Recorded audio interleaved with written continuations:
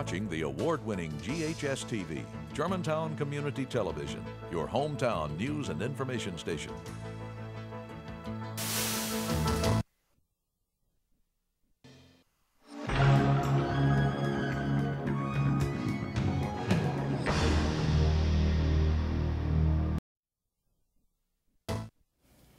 Welcome back. With us now is attorney Thomas Greer, and we are talking about the civil justice system in Tennessee. Thomas, before the break, we had just gotten into this legislation that's pending to change nursing home cases to medical malpractice cases. So it would be as if you were suing a doctor. Well, in that situation, does that really help anything? Because it seems to me that it's not helping the individual that's sitting there with bed sores. It's helping the major corporations that own the nursing homes and the insurance companies that insure them. Right. Well, even as it stands, some lawsuits against nursing homes fall under medical malpractice. Some of them maybe not, but there are a lot of cases that do fall under it. And with nursing home residents in particular, a bill that would place an arbitrary cap on damages, that would be very detrimental to someone in a nursing home, because they're not going to have economic damages. They're not going to have lost wages. They're in a nursing home. Mm-hmm. So that would be the effect on nursing homes. And if you look at nursing homes in Tennessee, they consistently rank, and there are many fine nursing homes, but they consistently rank in we have some of the worst nursing homes in the nation. Mm-hmm. And with the protections that are already in place to reduce the lawsuits, the bill that passed in 2008, lawsuits are down anyway, and all this is really is just a handout or a bailout to a corporation if you limit their damages. Look at BP. Mm-hmm. Or some of these major corporations. What if we had a bill that said BP only has to pay X number of dollars for damage it causes in an oil spill? Well, are they going to be more careful or less careful in the future? I would suggest that nursing homes will be less careful with our residents if they know that we can only get sued for this amount. Yeah. Now, you know, on tort reform, one of the arguments we always hear is that, well, tort reform makes medical care cheaper and it'll increase the number of doctors in Tennessee. And the bills that I've seen that have passed, my insurance premiums continue to go up, mm-hmm. You know, even though I'm in impeccable shape.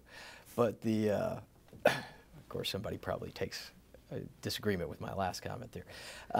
Anyways, is there any way that this does make medical care cheaper?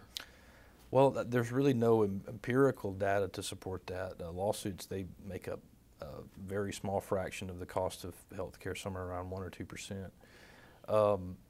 Their proponents of this bill have said it would bring in doctors.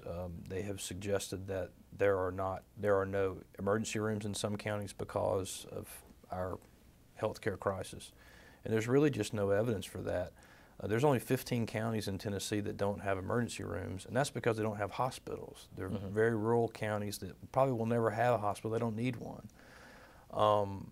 And there's no evidence to suggest that doctors are leaving Tennessee. In fact, the number of doctors coming to Tennessee is increasing every year.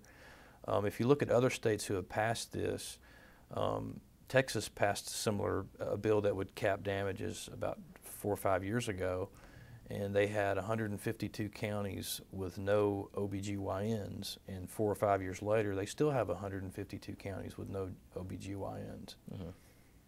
Now, as far as, isn't there some constitutional issues involved when, you know, our state legislatures start putting caps and changing our civil rights? Well, that's going to be an argument that's going to be made in many states where the legislatures have passed bills like this. They have been overturned by the Supreme Court, and that's because the founding fathers of our country, John Adams, Thomas Jefferson, Madison, they all believed in the civil justice system that we have today. Our Tennessee Constitution says the right to a trial by jury shall remain inviolate. It means you shall not disturb that right to a trial by jury. So what is happening, and I would argue, is if you have a cap on damages, you are taking rights away from a citizen. We have rights under the Constitution, and by having a government come in and say, we don't care what the citizens say, we don't care what the community says, we're providing a one-size-fits-all solution by saying this is all you can award, you're taking rights away from the citizens. There are lots of people who believe in the Second Amendment of the U.S. Constitution. We have a right to bear arms, and they hold that very dear to their heart. The Seventh Amendment of the U.S. Constitution says there's a right to trial by jury. And so, yeah, there will be arguments on both sides of the fence as to whether or not this is a legitimate bill. Yeah, and I think the one thing that we haven't really addressed is this push that we're seeing not only in the state but also nationally as far as attempting to have the judiciary done, voted in by a general election. And certainly here in Tennessee, we have some of our lower level courts, we elect that way, but our appellate courts are done under the Missouri system, which basically once they are appointed, it is a retention vote, a yes or no, and it's very, very rare to see anyone voted out that way, although we did have one Supreme Court justice voted out that way in Tennessee. Now, what are some of the risks involved in that, opening that up to a general election? Right, well, you have, our citizens have to ask themselves, you know, we see negative campaigns on TV every election cycle, and you have to ask yourself, do you want judges, appellate judges, to be involved in that? And elections involve huge amounts of money.